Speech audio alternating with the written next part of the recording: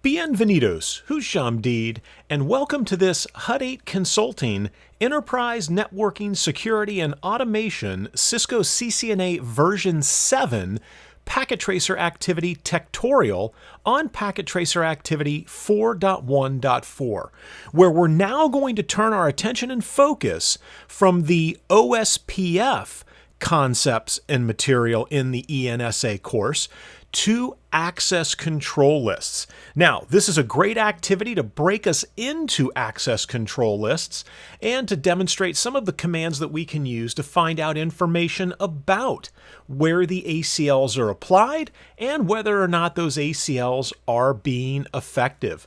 So here's the activity. You can see we've got the addressing table over to the center of the screen, or over to the right-hand side of the screen here. And let's just go ahead and walk through this activity. Now, they want us to start out by pinging from PC1. So let's click on PC1. We'll pull it down here a little bit and get it out of the way. And let's go to the desktop and to the command prompt. And so here we're going to ping PC2.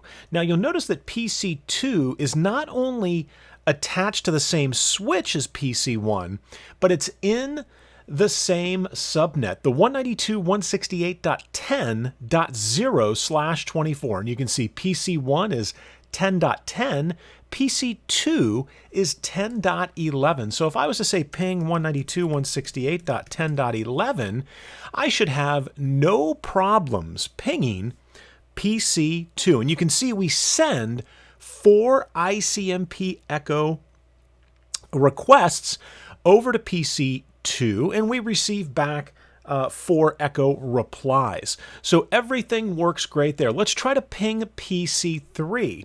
And as you can see, PC3 hangs off an internal, or I should say a switch here, switch 2, which has an internal connection to the router here. I'm saying internal. I'm going to treat the connection here between router 1 and router 2 is an external connection, sort of outside of this segment or these LAN segments here. Now, this is a different subnet. It's a 192.168.11.0/24. So let's make sure that we can ping over to 192.168.11.10, and that's PC3.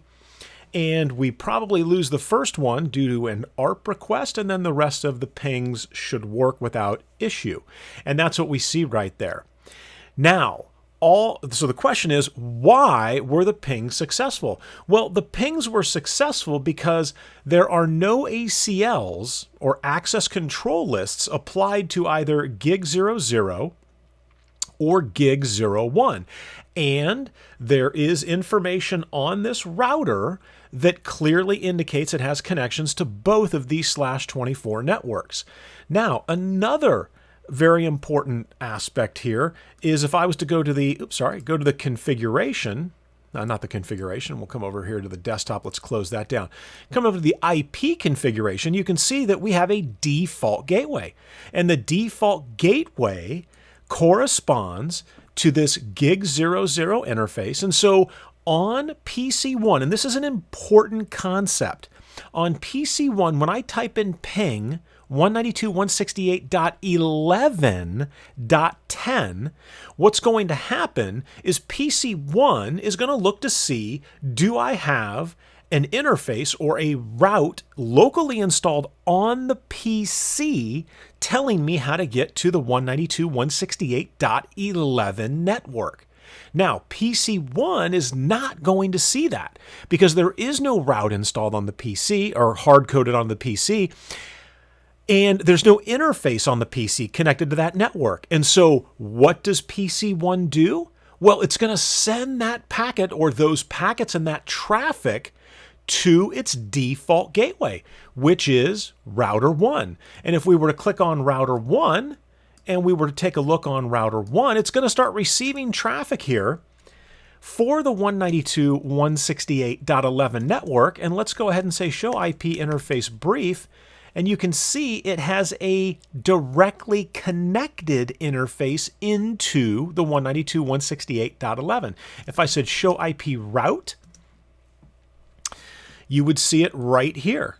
directly connected. And so this is how PC1 sends the traffic to its default gateway, router 1. And then when router 1 receives that traffic, it knows how to send that traffic to PC3 because it has a route to the 192, to that destination IP address. It's got a route to get there. It's directly connected, and it shows in the routing table, and it knows how to get there.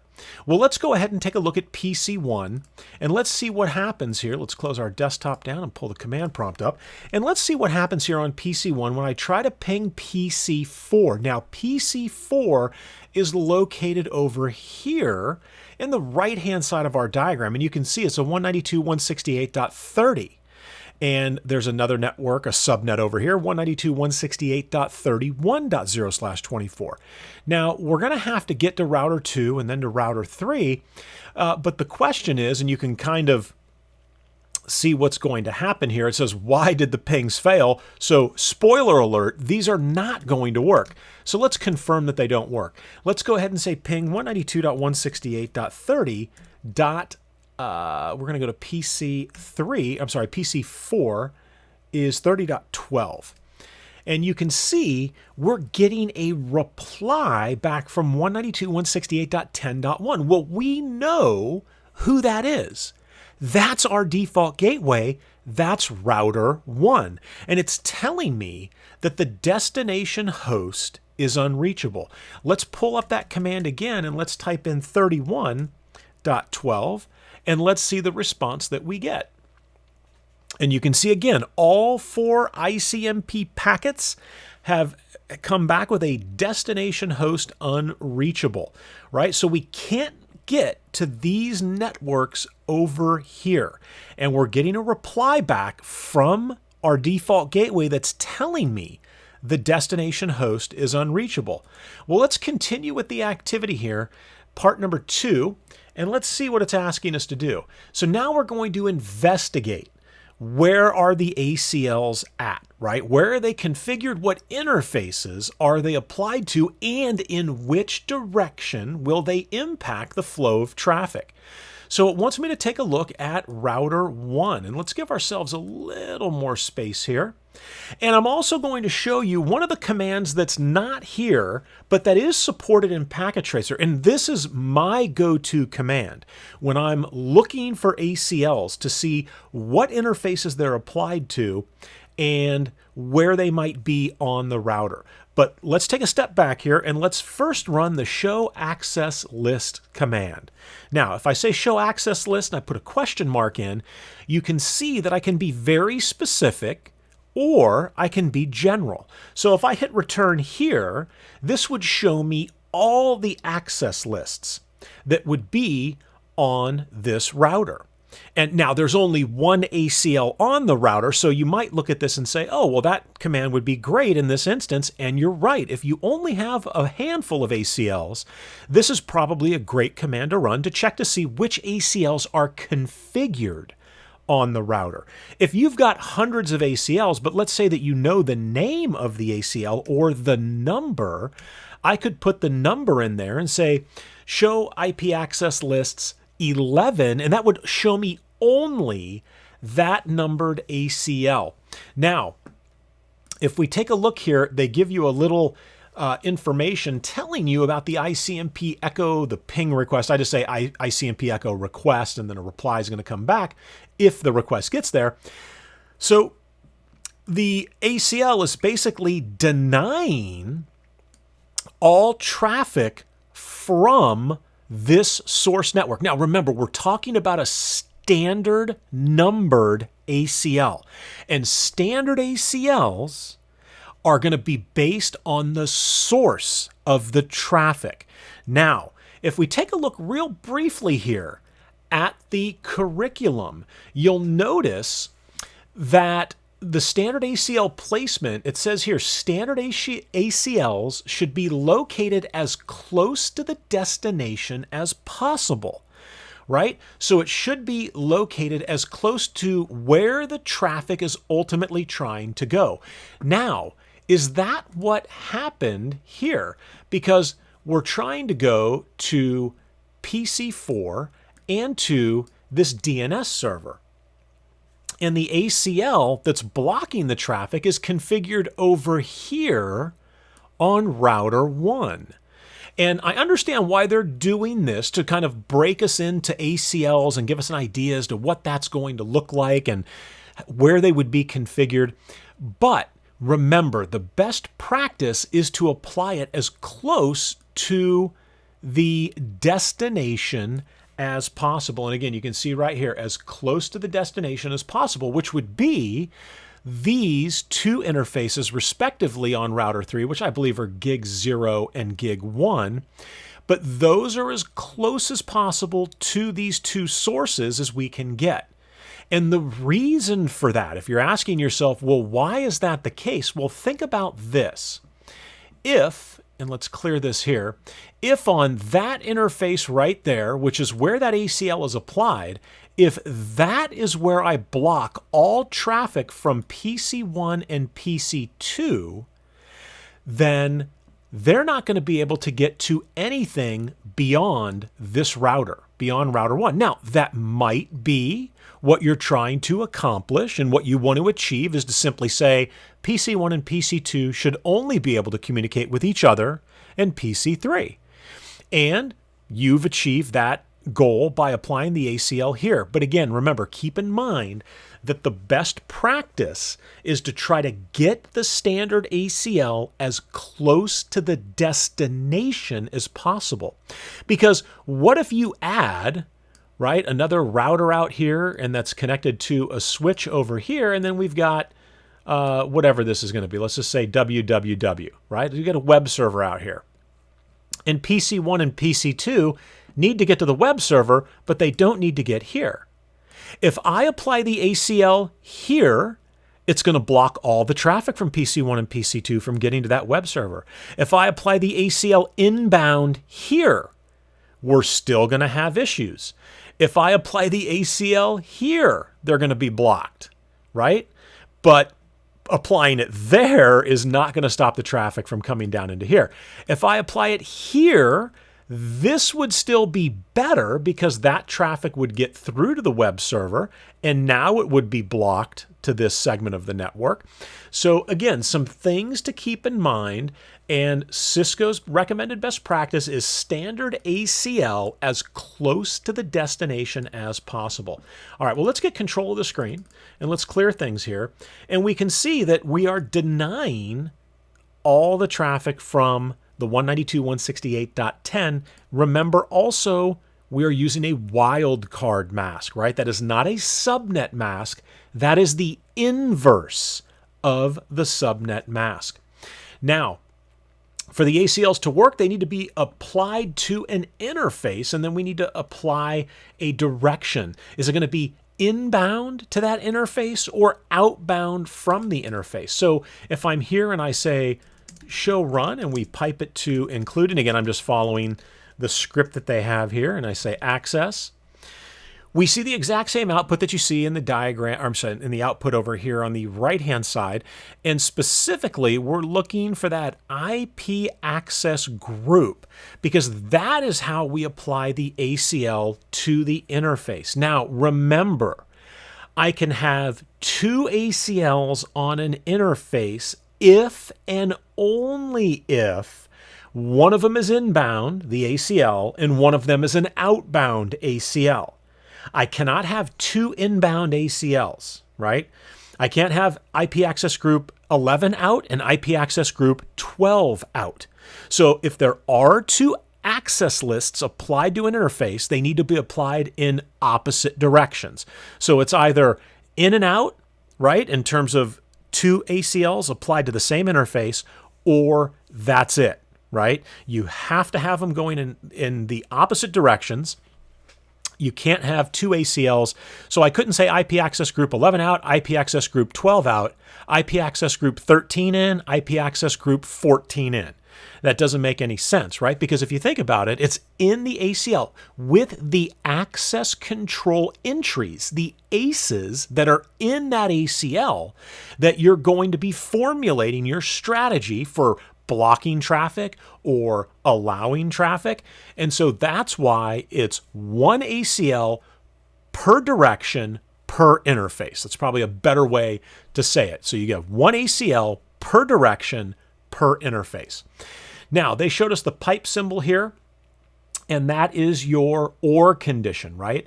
And remember, the key thing to remember is there is no space either before the bar symbol or after the bar symbol. So the E is right next to the bar, is right next to the A. All right.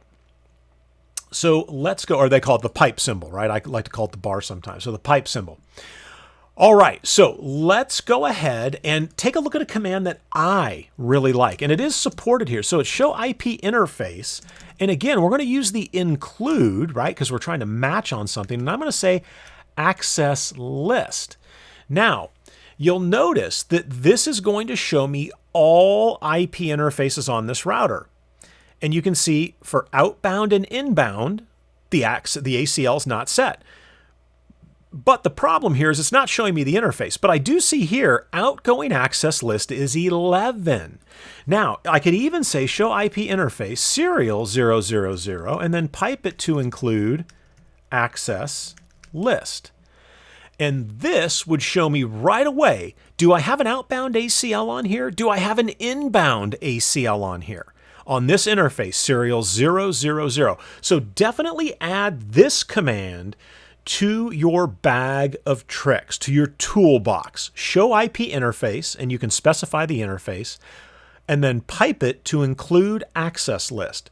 And again, it quickly shows you whether or not the ACL is actually applied to the interface, because it's possible that an ACL could be configured on the router, right? Because I can simply come in here and say, access list 11, or I will say, I'm sorry, we'll keep it as a standard there. I'll say access list 99, and then we'll say deny. We'll do something similar. Deny 192.168.11.0, and then the wildcard mask of 255, right?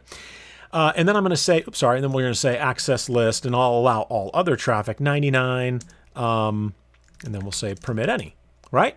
So if I was to say do show run, and we take a look here down at the ACLs, if you look at a do show run, you may think, oh, well, this is applied somewhere. Well, it's not, right? I don't have it applied. I can define it and configure this ACL, but I don't have to put it anywhere. Right now, you may be asking yourself, well, why would you do that? Well, maybe you're staging something. Maybe you forgot to apply the ACL to the interface. The point being is that with that show IP interface command, you can check the interface you think that might be applied to see if it actually has been applied. All right, so now let's go ahead and let's take a look at some of the additional information here. And it's interesting, they make the comment here, the show IP interface. It says may be more efficient in some situations to simply use show run. And again, it's going to depend. I like show IP interface. I typically work on routers with multiple interfaces, and we're talking, between 20 and 30 interfaces with peerings. And so when I'm checking to see if ACLs are applied, I'm going to go right to that interface and I'm going to take a look at it. You could even say a command that is also, it's not supported here with packet tracer, but it's show run interface. And then you could say serial 000. And you can see that it's not supported here, but that is a Cisco IOS command. You can run that command on real Cisco routers and switches. That would show me the current configuration for just that interface. All right, well, let's move on and let's wrap this activity up.